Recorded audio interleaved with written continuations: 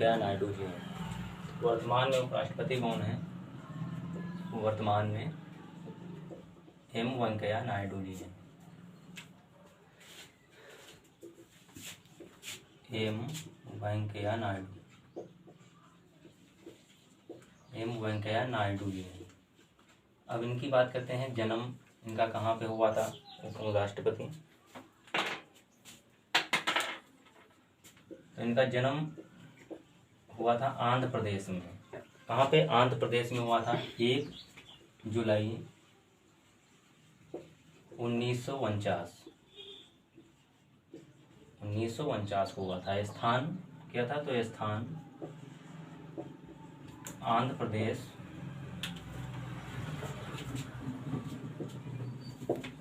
आंध्र प्रदेश के नल्लौर जिला, आंध्र प्रदेश का नल्लौर जिला था, नल्लौर जिला। और अगर ग्राम यानी गांव की बात करें तो चपात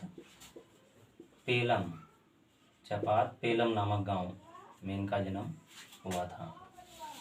फिर इसके बाद अगर बात करें इनके पिताजी का क्या नाम था, तो पिताजी का नाम था रंगैया नायडू। क्या था नाम? रंगैया नायडू,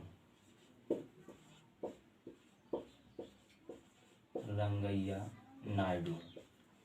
और इनकी माता जी का नाम रामनग्गमा था। माता जी का नाम इनके रामनग्गमा था,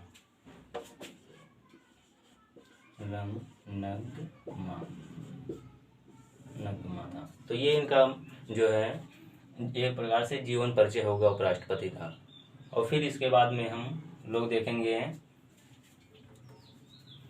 इनके उपराष्ट्रपति, जो कि हम जानते हैं इस समय वर्तमान समय में ये 13वें नंबर के उपराष्ट्रपति हैं। किस नंबर के? 13वें नंबर के, 13वें नंबर के उपराष्ट्रपति हैं ये।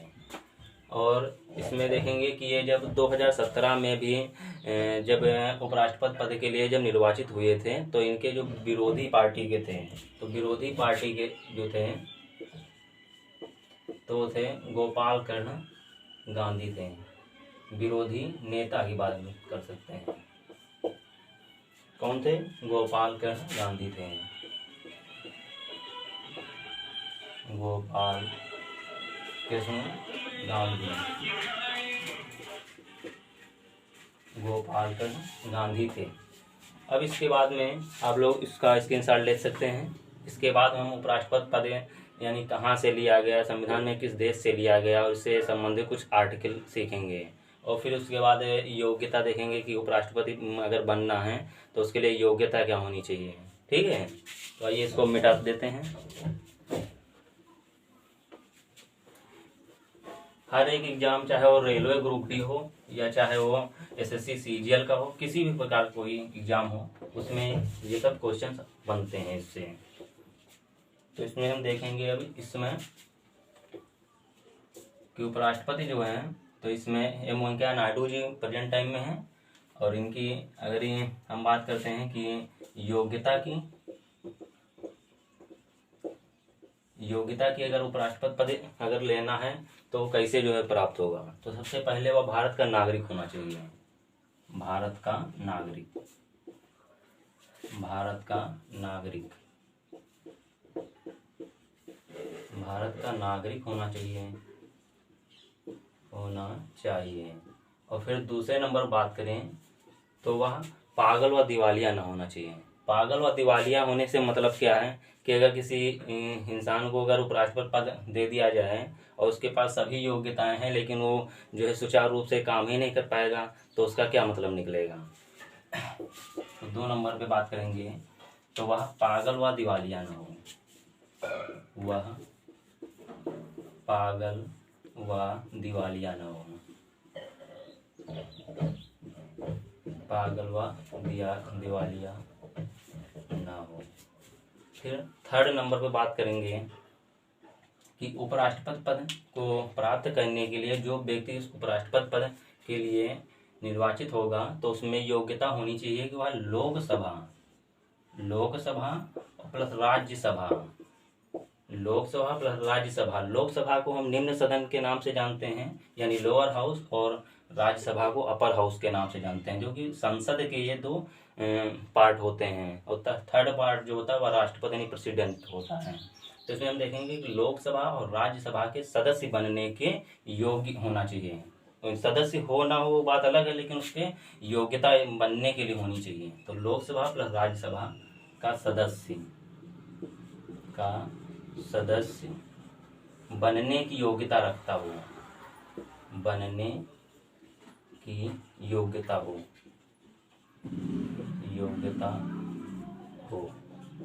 अब फोर्थ नंबर पे बात करेंगे। अब इतनी चीजें तो हो गई, इसके बाद कुछ एज की भी लिमिट होती है कि जो है कम से कम एज कितना होना चाहिए उसका। तो एज जो है 35 यानी 35 वर्ष की आयु क्या पूरी कर चुका होगा। 35 वर्ष की आयु पूरी कर चुका हो।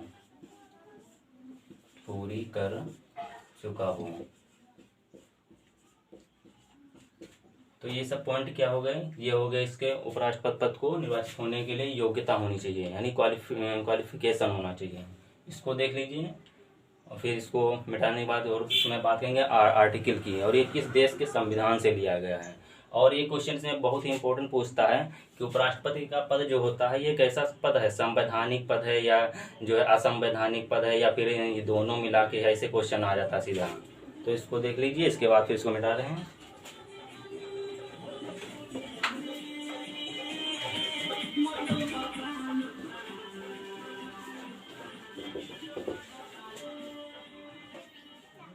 अब इसमें देखेंगे किस देश से लिया गया है संविधान में, तो देश हो जाएगा यहाँ पे।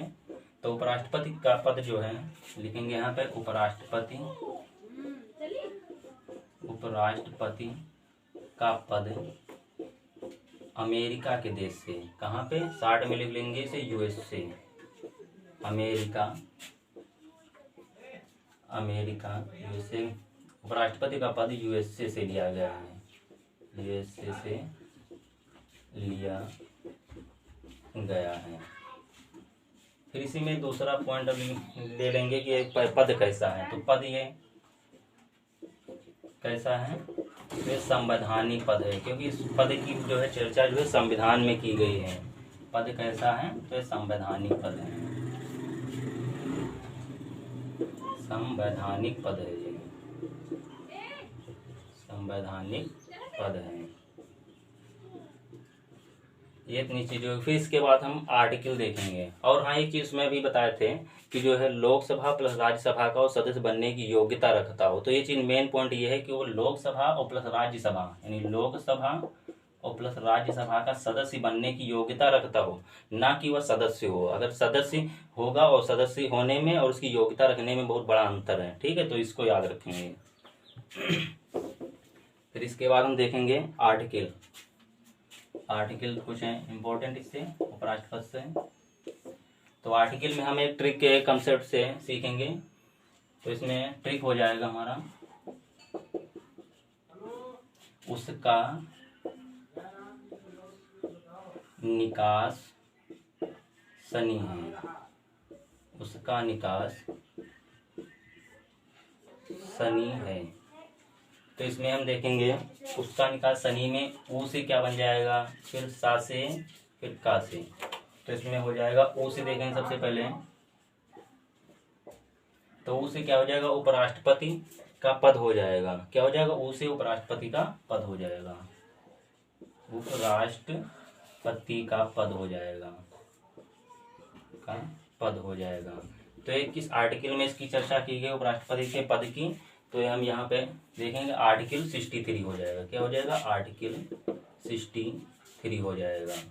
फिर इसी प्रकार से हम जैसे यहाँ पे सा की बात करेंगे, का की बात करेंगे, फिर नी की और का, फिर सा, इसे ही बात करते चले जाएंगे। तो इसमें हम देखेंगे कि सा से क्या होगा। तो यहाँ पे सा से क्या होगा, तो हम जानते हैं कि उपराष्ट्रपति जो बनता है वह क्या होता है, राज्यसभा का सभापति होता है। जैसे कि लोकसभा में क्या होता है, अध्यक्ष होता है, उसे राज्यसभा का सभापति कौन होता है, उपराष्ट्रपति होता है। यहाँ पर लिखेंगे सभापति, सा से सभापति यानी राज्यसभा का सभापति, पति, ये 60 में लिख लेंगे, ऐसे याद हो जाएगा सभापति। फिर इसके बाद देखेंगे का से क्या होगा, तो का से यहाँ पे हो जाएगा कार्यवाहक राष्ट्रपति। कार्यवाहक राष्ट्रपति, अभी इसको डिटेल में बताएंगे अभी। तो का से क्या हो जाएगा, कार्यवाहक राष्ट्रपति, कार्यवाहक राष्ट्रपति, कार्यवाहक राष्ट्रपति। फिर इसके बाद यहाँ पे नी लिखा है, तो नी का मतलब क्या है यहाँ पे, तो ये लिखेंगे यहाँ पे नी से। नी से हो जाएगा निर्वाचन, यानी निर्वाचन जो है किस आर्टिकल में किया जाता है, इसका भी निर्वाचन जिक्र किया गया है, तो निर्वाचन। और यहाँ पे आर्टिकल भी साथ साथ में याद रखेंगे। सभापति जो है तो आर्टिकल 64 में इसी प्रकार हो जाएगा, आर्टिकल 64। और ये कार्यवाहक राष्ट्रपति है तो यह आर्टिकल 65 हो जाएगा। और फिर नी से यानी निर्वाचन, निर्वाचन से जो भी सम बातें हैं वो जो है आर्टिकल किसमें हो जाएंगी, वो हो जाएंगी आर्टिकल 66 में। फिर इसके बाद ये नी हो गया। फिर यहाँ पे फिर देखेंगे का, यहाँ पर 2 बार रिपीट हो रहा है का, ठीक है, एक बार ये का और एक बार ये, तो इसको ध्यान देना पड़ेगा यहाँ पे। तो का से हो जाएगा यहाँ पे कार्यकाल, यहाँ पे हो जाएगा कार्यकाल, यानी कि उपराष्ट्रपति का पद जब निर्वाचित होता है तो यानी कि वो कितने समय तक जो है इस पे जो है उपराष्ट्रपति का पद जो है बना रहता है। तो याद रखिएगा इसके 5 वर्ष होता है। तो आर्टिकल में देखेंगे तो आर्टिकल हो जाएगा इसका 67, और कार्यकाल भी इसके आगे लिख लेंगे तो 5 वर्ष हो जाएगा, 5 वर्ष। लेकिन ये 5 वर्ष जो है कब से स्टार्ट होगा, जिस दिन से ये उपराष्ट्रपति जो है शपथ ग्रहण करेगा उस दिन से 5 वर्ष तक रहेगा। फिर उसके बाद जो है सा से आ जाएगा, सा से क्या हो जाएगा, सा से हो जाएगा शपथ, यानी उपराष्ट्रपति का शपथ जो है शपथ। तो शपथ में आर्टिकल बन जाएगा 68, आर्टिकल 68। अब यहाँ पे बात ही कर लेते हैं छोटे से कि शपथ जो है तो उपराष्ट्रपति जो है शपथ कौन दिलाता है, तो ये राष्ट्रपति हो जाएगा। कौन हो जाएगा, राष्ट्रपति, राष्ट्रपति हो जाएगा। और यहाँ पे अगर त्याग पत्र की बात करें, त्याग पत्र की, तो ये भी जो होता है एक दूसरे की क्या होता है, एक दूसरे के अपोजिट हो जाता है। यानी त्याग पत्र जो है उपराष्ट्रपति राष्ट्रपति को देता है और राष्ट्रपति जो है उपराष्ट्रपति को दे देता है। फिर इसके बाद अभी यहाँ पे है नी, यानी शनि, सा से हो गया, फिर नी बाकी है। तो नी से क्या हो जाएगा, नी से हो जाएगा आकस्मिक कार्यों का निर्वहन करना, आकस्मिक कार्यों का निर्वहन करना, आकस्मिक कार्यों का निर्वहन करना। ये किस आर्टिकल में हो जाएगा, तो ये भी आर्टिकल हो जाएगा 69। इसमें कुछ छूट गया, ऊ से उपराष्ट्रपति का पद हो गया, सा से सभापति हो गया, और का से कार्यवाहक राष्ट्रपति हो गया, और फिर नी से ये हो गया यहाँ पे निर्वाचन, और का से यहाँ पे हो गया कार्यकाल। और ये एक सा छूट गया यहाँ पे, ये सा जो यहाँ होना चाहिए यहाँ पे, चलो यहाँ पे बीच में लिख देते हैं सा से। यहाँ पे सा से हो गया यहाँ पे समय, सा से समय, समय से मतलब ये है कि उपराष्ट्रपति जो है जब बनता है तो इसका एक समय भी होता है कि कितने समय में जो है पद भर जाना चाहिए। ऐसा नहीं है कि 2-3 साल में पद खाली रहे, तो ये शपथ समय हो जाता है। तो आर्टिकल यहाँ पे थोड़ा सही कर लेंगे, आर्टिकल यहाँ पे हो जाएगा इसका 68, ये हो जाएगा 69, और ये आकस्मिक कार्यों का निर्वहन करना आर्टिकल हो जाएगा इसका 70। तो इस प्रकार से हम देखते हैं उपराष्ट्रपति से संबंधित जो आर्टिकल है वो 63 से स्टार्ट होकर के 70 तक टोटल होते हैं। और ये हर एक एग्जाम में किसी में राज्यसभा का सभापति पूछ लेता है कि किस आर्टिकल के तहत जो है बताया गया है, और फिर कार्यवाहक राष्ट्रपति पूछ लेता है। तो ये सब इसमें है। अभी इसमें थोड़ा फिर डिटेल से बता रहे हैं, इसको देख लो, फिर स्क्रीनशॉट ले लो, ठीक है। मिटा रहे हैं इसको।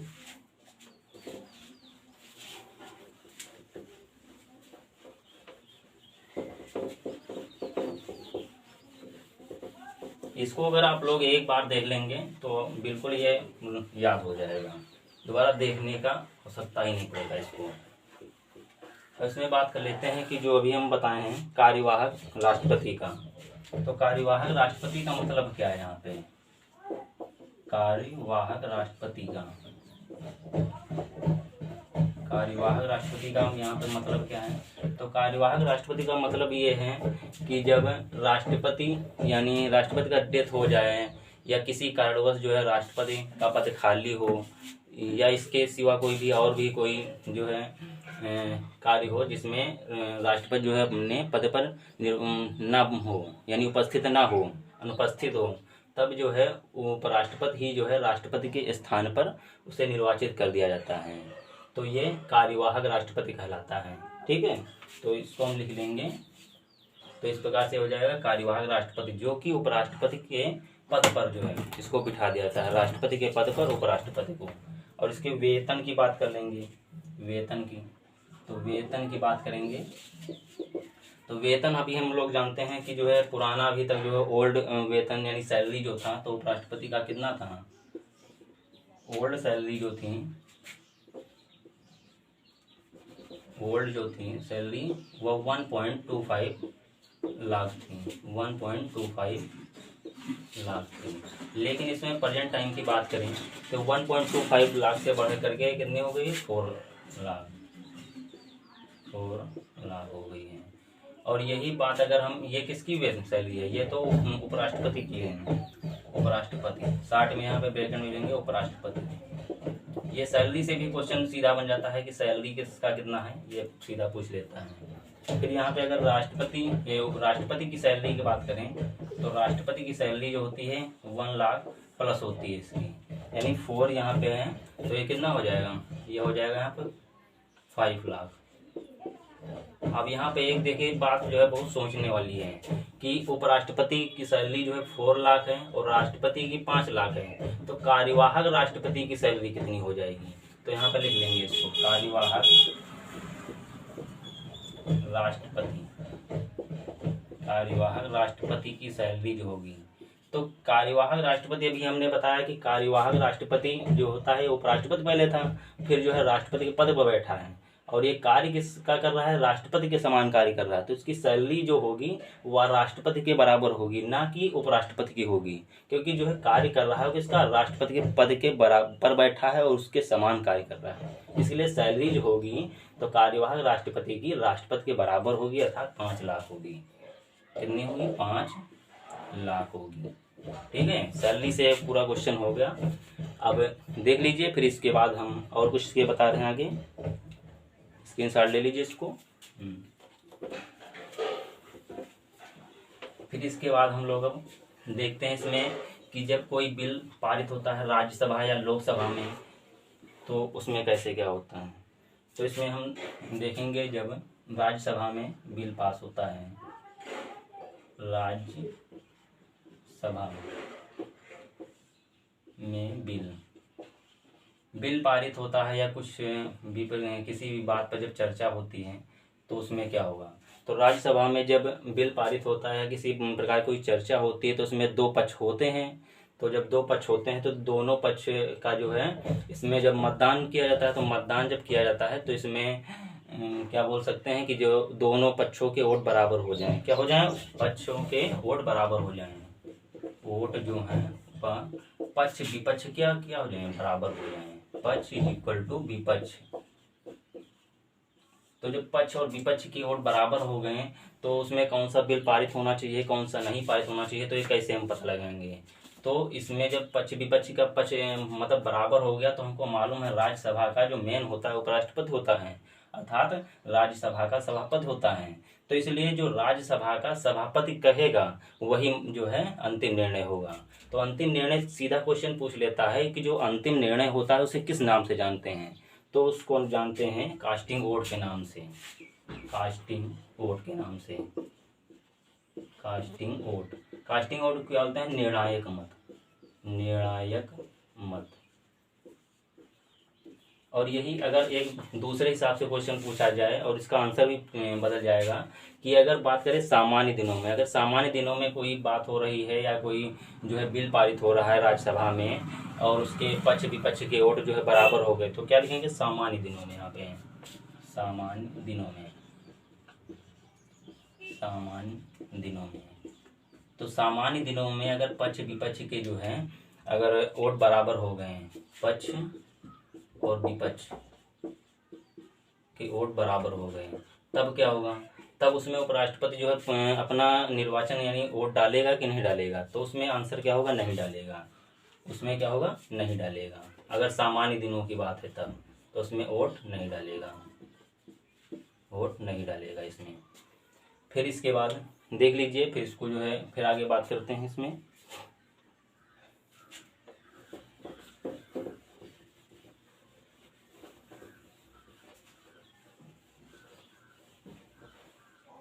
फिर इसके बाद उपराष्ट्रपति से और कौन सा क्वेश्चन बन सकता है, तो इसमें हम लोग देख सकते हैं कि इसकी जमानत राशि क्या होता है। जब जैसे अपने यहाँ सीधा सा बिल्कुल फंडा है कि जैसे अपने यहाँ का ग्राम प्रधान होता है, तो प्रधान जब वो इलेक्शन में खड़ा होता है तो प्रचार प्रसार करता है, फिर उसके बाद वहाँ पे जमानत राशि जमा की जाती है, जमानत राशि जमा की जाती है। तो वैसे जो है उपराष्ट्रपति होता है, तो उपराष्ट्रपति होता है तो वहाँ पे जमानत राशि जमा की जाती है। जमानत राशि अगर कुल वोट का 1/6 वोट अगर हम उपराष्ट्रपति को मिल जाता है, तो जमानत राशि वापस कर दी जाती है सरकार के द्वारा या इलेक्शन कमीशन के द्वारा कह सकते हैं।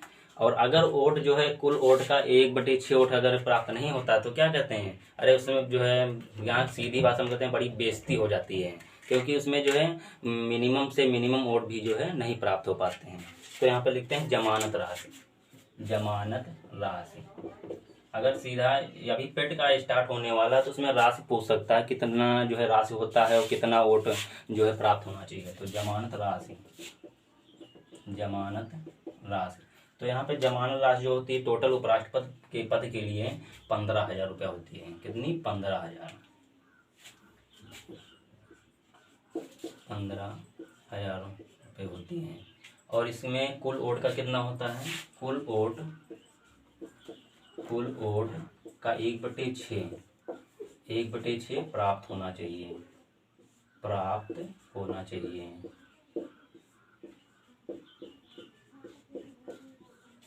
एक बटे छः वोट प्राप्त होना चाहिए। अब सीधा एग्जाम्पल के तौर पर समझेंगे, मान लिया कि जैसे 6,000 वोट था उपराष्ट्रपति पद के लिए, 6,000 वोट जो है पड़ी हैं, टोटल 6,000 वोट पड़ी हैं यहाँ पे, और हमें प्राप्त कितना होना चाहिए, 1/6 वोट प्राप्त होना चाहिए, तब ये हमारी जमानत राशि क्या होगा, हमारा जमानत राशि जो है हमको वापस मिल जाएगी।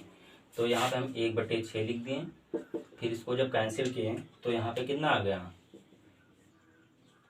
ये 1,000 आ गया। यानी कम से कम जो है 1,000 वोट जो है मिलनी चाहिए, मिनिमम से मिनिमम। और अगर इसमें अगर ये 999 भी हो गया या 998 हो गया या 900 कुछ भी, अगर 1,000 से लेस हो गया, कम हो गया, तो फिर ये जमानत राशि पूरी जब्त हो जाएगी।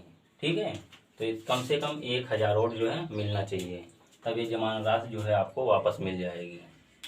ठीक है, तो बस आज इतना ही रखते हैं। फिर से जो इम्पोर्टेंट क्वेश्चन बनेंगे वह नेक्स्ट वीडियो में फिर अगले दिन के लिए मिलेंगे। धन्यवाद। अगर अच्छा लगे तो वीडियो को लाइक करें और सब्सक्राइब करें।